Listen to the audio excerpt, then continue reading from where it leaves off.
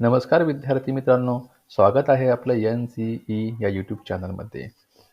पवित्र पोर्टलवरती एक नवीन नोटिफिकेशन न्यूज बुलेटिनमध्ये प्रकाशित करण्यात आलेले आहे. दिनांक 15 फेब्रुवारी 2024 रोजी.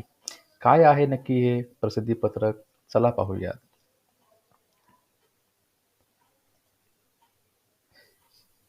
दिनांक 15/2/2024. शिक्षक भरतीबाबत प्रसिद्धीपत्रक. शंका समाधान. मुद्दा क्रमांक 1. पवित्र पोर्टलमार्फत करण्यात येत असलेली शिक्षक भरती ही शासनाच्या प्रचलित तरतुदीनुसार करण्यात येत आहे. याबाबत माननीय न्यायालयामध्ये दाखल विविध याचिकांमध्ये देखील पदभरती शासनाच्या प्रचलित धोरणानुसार असल्यामुळे ती सुरू ठेवण्याचे निर्देश दिलेले आहेत. आता या ठिकाणी आपल्याला समजेल की न्यायालयामध्ये विविध याचिका ज्या आहेत त्या दाखल आहेत. तरीसुद्धा ही पदभरती जी आहे ती शासनाच्या प्रचलित धोरणानुसार असल्यामुळे ती सुरू ठेवण्याचे निर्देश जे आहेत ते देण्यात आलेले आहेत. त्यानंतर पुढे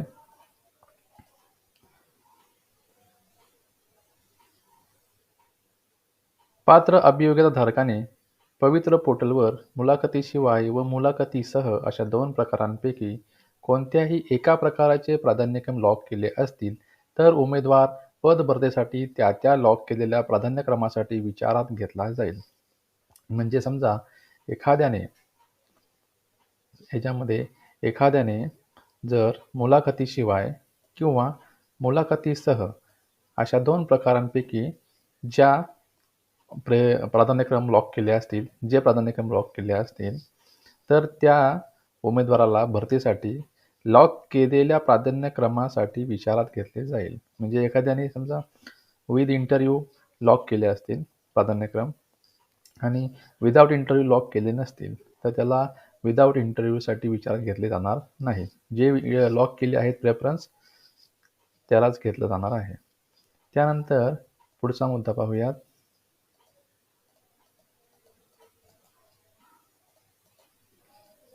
काही अभियोग्यताधारक शिक्षक पदभरतीबाबत समाज माध्यमातून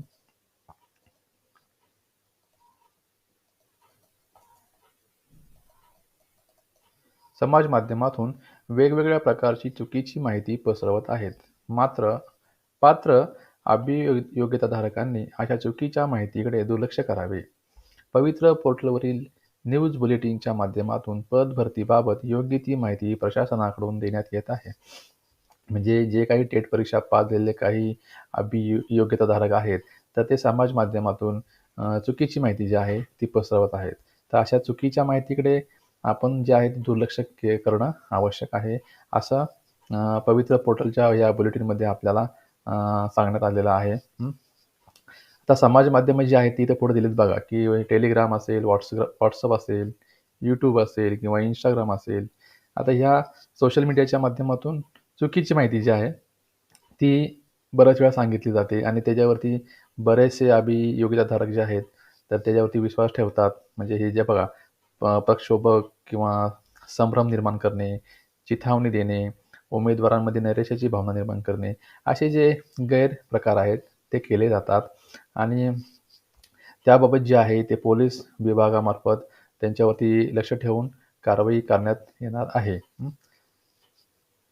त्याबाबतची सूचना देखील आपल्याला या ठिकाणी दाखवण्यात आलेली आहे. त्यानंतर पुढे पहा. पवित्र पोर्टलमार्फत होत असलेली शिक्षक पदभरती पारदर्शी पद्धतीने करण्यात येणार आहे. सदरची पदभरती भविष्यात होऊ घातलेल्या 2024 मधील लोकसभेच्या निवडणुकीपूर्वी करण्याचा प्रशासन कसोशीने प्रयत्न करत आहे. म्हणजे आता आपल्या सगळ्यांना माहितीच आहे की लोकसभेच्या निवडणुका ज्या आहेत त्या लागणार आहेत.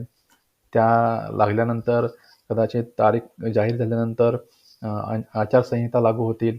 त्याच्यामुळे ही आपली जी काही भरती प्रक्रिया आहे त्याच्यामध्ये व्यत्यय येऊ शकतो. म्हणून शासनाचा पण असा एक प्रयत्न आहे की लवकरात लवकर कशी पूर्ण करता येईल त्याबाबत इथे त्यांनी स्पष्टपणे आपल्याला सांगितलेलं आहे की लोकसभा निवडणुकीपूर्वीच हे जे आहे भरती प्रक्रिया ती पूर्ण करायची आहे. त्यासाठी शासन परिपूर्णपणे प्रयत्न करणार आहे. त्यानंतर पुढे बघा, काही अपरिहार्य कारणास्तव सदरची पदभरती लोकसभा निवडणुकीपूर्वी न झाल्यास प्रचलित कार्यपद्धतीनुसार ती पुढे पूर्ण करण्यात येईल.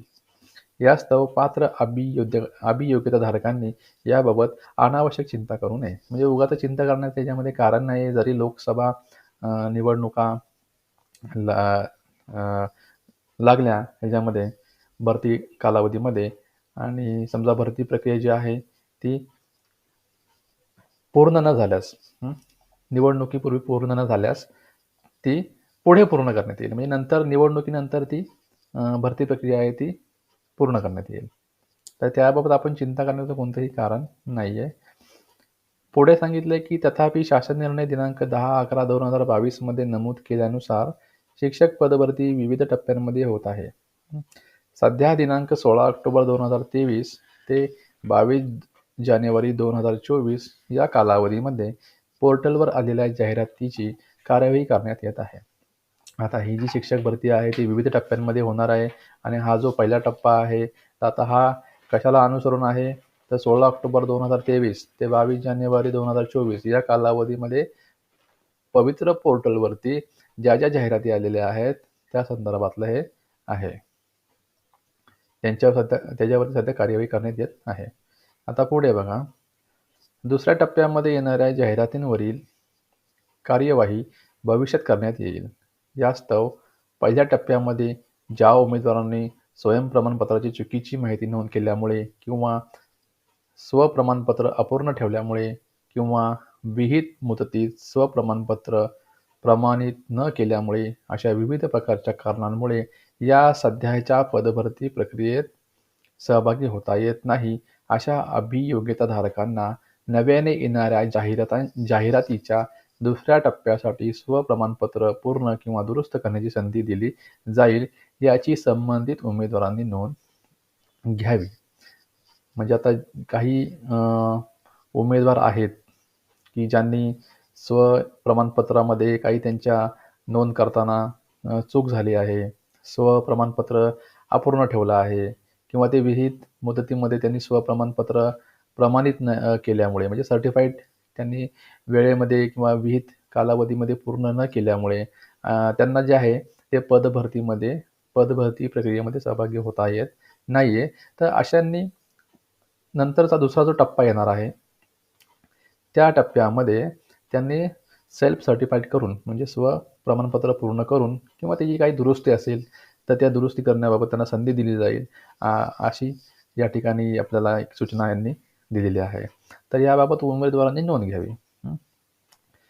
पुढे सांगितले की अभियोग्यताधारकांनी एज्यू पवित्र 2022@gmail.com या मदत कक्षाच्या ईमेलवर एकाच प्रकारचा मेल वारंवार अथवा एकाच विषयाचा ईमेल अनेक अभियोग्यताधारक करतात. त्यामुळे अभियोग्यताधारकांना योग्य वेळी मदत करता येत नाही. मग आता बघा याच्यामध्ये त्यांनी स्पष्टपणे सांगितलेलं आहे की एकाच प्रकारचा मेल जो आहे म्हणजे एकच विषय असतो आणि तो वारंवार त्याबाबत आपण वरती जो नमूद केलेला ईमेल आय डी आहे त्या आय डीवरती आपण पाठवत असतो. त्याचबरोबर एकाच विषयाचे अनेक मेलसुद्धा येतात. तर ते त्याचा विषय सर्व एकच असल्यामुळे प्रत्येकाला जी आहे उमेदवाराला योग्य वेळी त्यांना मदत करणं शक्य होत नाही किंवा त्यांच्या प्रश्नांना उत्तर देणं शक्य होत नाही. त्याच्यामुळे योग्य ते त्यांना मार्गदर्शन त्या ठिकाणी करण्यासाठी अडचण निर्माण होते. तर त्याबाबतची सूचना या ठिकाणी आपल्याला दिलेली आहे. त्याचबरोबर त्यांनी सांगितलेलं आहे की अभियोग्यताधारकांचे सर्वसाधारण मुद्दे असल्यास ते कळवावे जेणेकरून त्याचा न्यूज बुलेटिनच्या माध्यमातून आवश्यक ती कारवाई करण्यात येईल. म्हणजे आपल्या काही सूचना असतील त्या त्यांच्यावरती विचार केला जाईल आणि पवित्र पोर्टलमध्ये जे न्यूज बुलेटिन आहे तर त्या न्यूज बुलेटिनच्या माध्यमातून आपल्याला योग्य ते त्या ठिकाणी मार्गदर्शन किंवा माहिती आपल्याला उपलब्ध होऊ शकते. त्यानंतर पुढे बघा, स्वप्रमाणपत्र पूर्ण करण्याच्या कालावधीमध्ये तसेच प्राधान्यक्रम लॉक करण्याच्या कालावधीमध्ये मदतीची आवश्यकता असल्याने परिस्थितीनुरूप विविध समाज माध्यमांवर आलेल्या संदेशास योग्य तो प्रतिसाद देण्यात आलेला आहे. तथापि आता अभियोग्यताधारकांच्या स्तरावरील कार्यवाही पूर्ण झाल्यामुळे वैयक्तिक स्वरूपाचे संदेश पाठवू नयेत. अशा संदेशांची दखल घेतली जाणार नाही. म्हणजे आता काही ठराविक कालावधीसाठी आपल्याला प्रेफरन्स लॉक करण्यासाठी लिंक उपलब्ध करून दिली होती. प्रेफरन्स कशा पद्धतीने जनरेट करायचे, ते कशा पद्धतीने असाइन करायचे, ते कशा पद्धतीने आपल्याला त्यांना प्राधान्यक्रम द्यायचा आहे आणि त्यांना लॉक कशा पद्धतीने करायचं आहे. दोन्ही ठिकाणी विथ इंटरव्ह्यू आणि विदाऊट इंटरव्ह्यू या दोन्ही बाबतचं आपल्याला त्यांनी जे आहे ते आवश्यक ती मदत जी आहे ते पवित्र पोर्टलमार्फत आपल्याला त्यांनी उपलब्ध करून दिली होती. मग त्यावरती सुद्धा आपण आता पुन्हा ते प्रश्न विचारू नयेत किंवा त्यांना वैयक्तिक स्वरूपाचे संदेश पाठवू नयेत. अशा बाबतीमध्ये अशा गोष्टींची जी आहे ती दखल घेतली जाणार नाही, असं या ठिकाणी स्पष्टपणे सांगितलेलं आहे. तर हे जे प्रसिद्ध पत्रक आहे, तर आपण हे वेळात वेळ काढून व्यवस्थित सर्व मुद्दे या ठिकाणी वाचन करून आपल्याला आवश्यक ती माहिती या ठिकाणी आत्मसात करून घ्यावी, जेणेकरून आपल्याला हे प्रसिद्धी पत्रक आहे ते व्यवस्थितपणे लक्षात येईल. व्हिडिओ आवडल्यास नक्की लाईक करा, कमेंट करा आणि चॅनलला सबस्क्राईब करायला विसरू नका. Thank you.